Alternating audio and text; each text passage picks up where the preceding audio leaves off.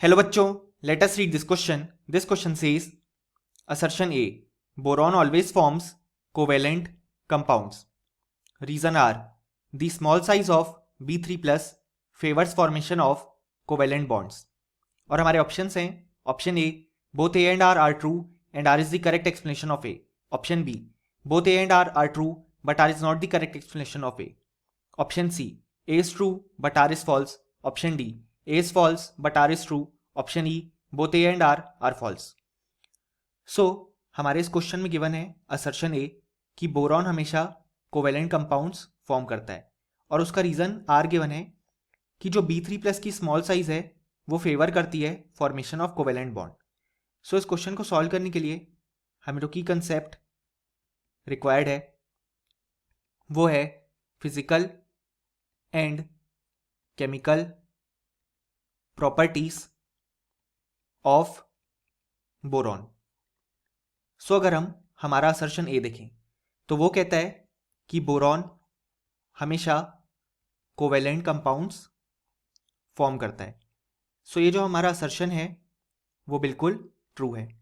सो अगर हम इसके रीज़न देखें तो इसका जो सबसे पहला रीज़न हम देख सकते हैं वो अगर हम बोरॉन का इलेक्ट्रॉनिक कन्फिग्रेशन लिखें तो बोरॉन का एटॉमिक नंबर होता है 5, यानी कि कन्फिग्रेशन होगा 1s2 2s2 2p1.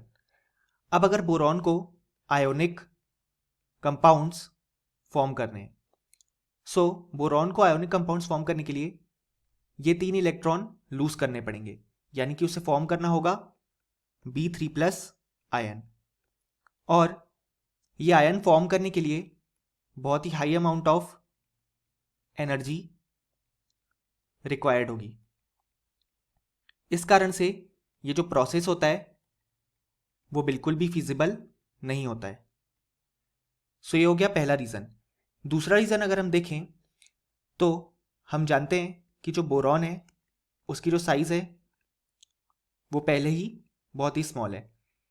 अब अगर हम B3+ आयन फॉर्म कर लेते हैं तो उसकी साइज़ और स्मॉल हो जाएगी, क्योंकि हम जानते हैं जैसे ही हम इलेक्ट्रॉन रिमूव करेंगे तो जो Z इफेक्टिव होगा वो इंक्रीज होगा, यानी कि बेसिकली जो न्यूक्लियस का अट्रैक्शन है टूवर्ड्स आउटर मोस्ट इलेक्ट्रॉन वो इंक्रीज होगा, क्योंकि जैसे ही हम इलेक्ट्रॉन रिमूव करेंगे तो नंबर ऑफ प्रोटॉन्स जो होंगे वो इलेक्ट्रॉन से ज़्यादा हो जाएंगे.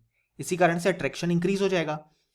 इसलिए हम बोल सकते हैं कि B3+ आयन की जो साइज़ है वो बहुत ही स्मॉल है. अब हम जानते हैं बाय फजान्स रूल कि जितना स्मॉल कैटायन होगा उतना ही पोलराइजेशन ज़्यादा होगा. इसका मतलब कि जितना कैटायन छोटा होगा साइज में उतना ही ज़्यादा वो पोलराइज कर पाएगा, यानी कि उतना ही ज़्यादा वो डिस्टॉर्ट कर पाएगा नेगेटिवली चार्ज्ड एनायन के इलेक्ट्रॉन क्लाउड को. इसी को हम पोलराइजेशन बोलते हैं. यानी कि जितना स्मॉल कैटायन होगा साइज में उसके लिए पोलराइजेशन उतना ही ज़्यादा होगा. और यहाँ पे B3+ आयन का साइज जैसे कि हमने देखा बहुत ही कम होगा, इसी कारण से पोलराइजेशन ज़्यादा होगा और कोवेलेंट कैरेक्टर जो है वो बहुत ज़्यादा होंगे, जिस कारण से जो आयोनिक कैरेक्टर होगा बोरॉन के कंपाउंड्स में वो बहुत ही नेग्लिजिबल होगा. इसलिए बोरॉन हमेशा कोवेलेंट कंपाउंड्स फॉर्म करता है. सो इस तरीके से हमने देखा कि ये दो रीज़न यहाँ पे होते हैं बोरॉन के कोवेलेंट कंपाउंड फॉर्मेशन करने के. अब अगर हम हमारा असर्शन ए देखें तो उसने कहा है boron always forms covalent compound. ये बिल्कुल सही है. रीज़न आर कहता है कि जो B3+ की स्मॉल साइज है वो फेवर करती है फॉर्मेशन ऑफ कोवेलेंट बॉन्ड को. ये भी बिल्कुल सही है, जैसा कि हमने अपने रीज़न में देखा.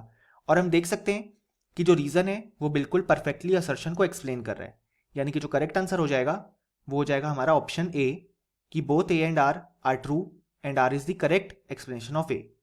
और हम फाइनली लिख भी सकते हैं कि इस क्वेश्चन का जो करेक्ट आंसर हो जाएगा वो हो जाएगा ऑप्शन ए.